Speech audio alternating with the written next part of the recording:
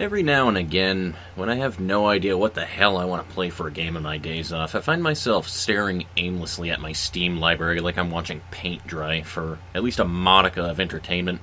Like flipping through your favorite fictional storybook, I click through all of my games, I see the hours I have clocked in on them, the friends that I know who share the same titles, and various other objects on the interface that sort of tell their own stories about the time spent on these titles. I was doing this exact thing today, and I stumbled into a video in the community section of Boundless with the new layouts. It was a showcase of an area that was newly constructed by a well-known player in the previous build of Boundless, quite a long time ago. This video hit me in the feels, and I wanted to step back into the world of Boundless once more and see what had changed in the world since me and Chris had last been active in the game. For those of you who are unaware, the things you build and the structures you make in Boundless need to be claimed and actively fueled to make sure that your things don't disappear into the ether. And neither me or Chris have played this game in months, so I expected to return to like a forest or something where our lovely house had once stood that Chris had literally spent countless hours on to build it up to where I remembered it being. And it was at this point that a miracle had happened, really, because, to my surprise, I was dead wrong. I logged in and everything was there, all of it, exactly where we left it months ago when we went on our hiatus. All of our machines and crafting tools, our inventory and materials, storage rooms, tables and chairs, that bridge that we have behind the house for some reason. Fuck, even my shitty-looking office was still perfectly intact. I imagine that Chris's buddy who used the house to mass-produce blocks on our many crafting benches most likely refueled our beacon while we were offline, which was incredibly nice of them to do so. They had no obligation to do that. So after this, I decided to do the only thing that made sense to me to do at the time, which is explore the Aquatopian embassy that we live right next to. And while I wander down the glorious road that leads to the embassy, I'll begin our discussion about the most important thing about Boundless, which is the immersion. I returned to Boundless today, and while I was walking down these streets to the main city, I realized that only then, really, how much I had missed this feeling. So, what exactly is Boundless? If you've never seen or heard of the game before, well, you see all of these blocks, don't you? This game is basically a Minecraft, but without a single-player option, and it has a very competent combat system. That's right, Boundless is an MMO, which means that everything you see in front of you has been built by other players. All of it.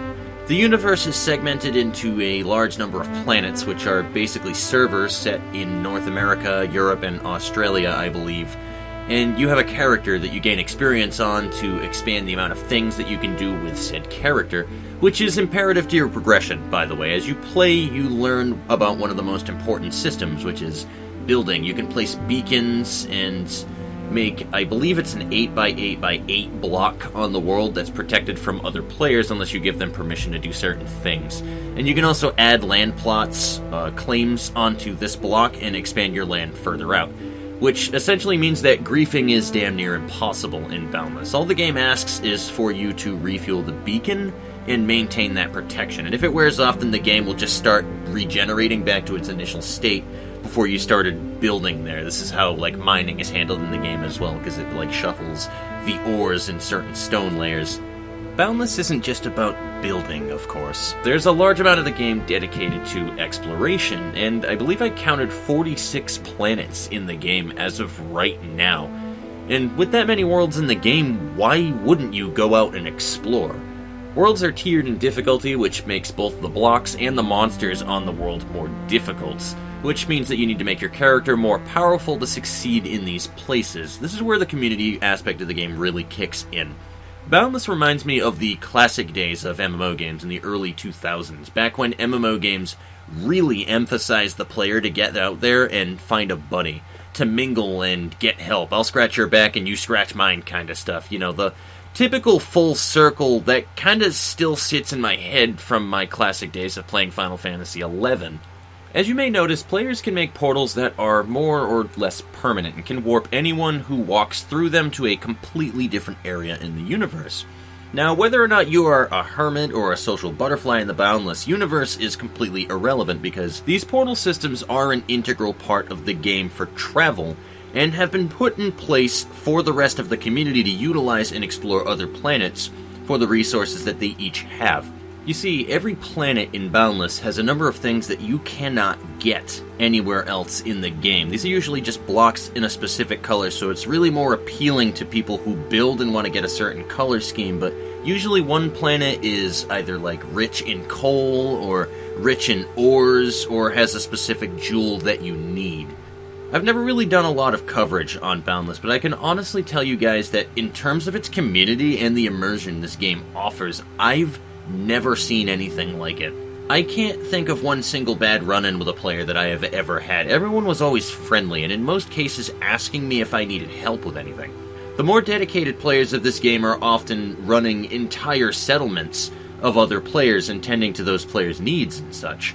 When me and Chris were last active, I remember that Chris had direct contact and directive orders to build and rebuild sections of the Aquatopian embassy on planet Beacon from a player known as Mobius, which is a well-known player within the community.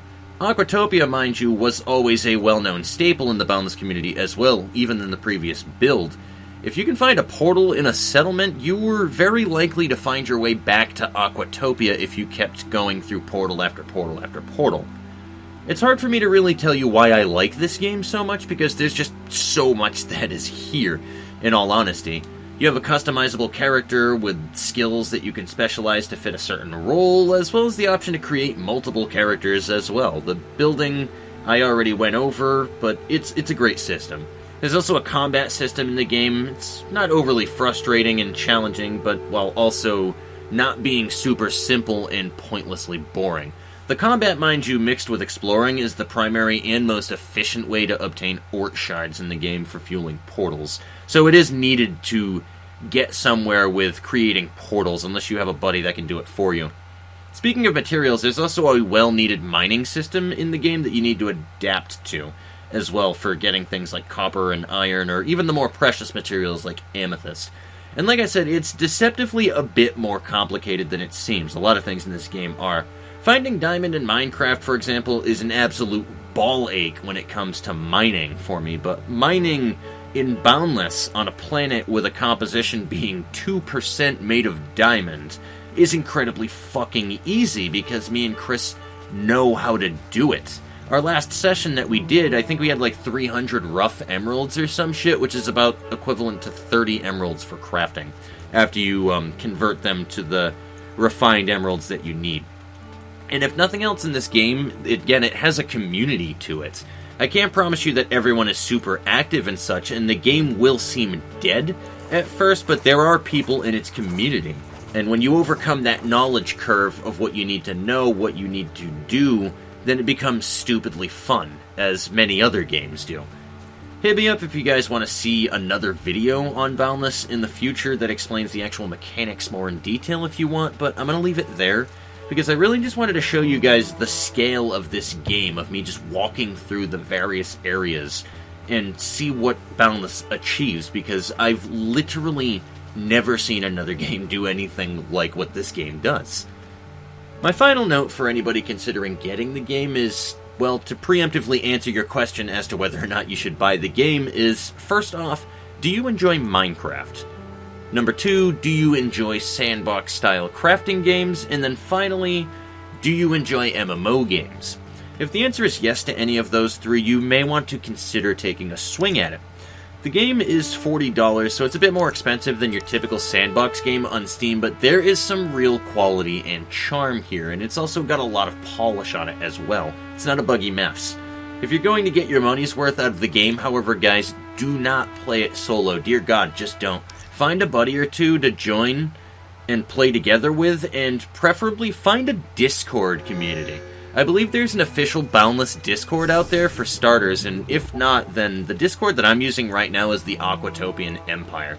You can find it pretty easily on the Boundless forums, especially if you look up the name Mobius, M-O-E-B-I-U-S, spelt exactly like that. He might be the Mobius with like a hyphen or not an asterisk, an underscore or something though, but trust me guys, just find people to play with, you're going to enjoy yourselves so much more. And if that daunts you a little bit to find other people to play with, then I won't say to avoid the title entirely, but it is a part of the Boundless experience.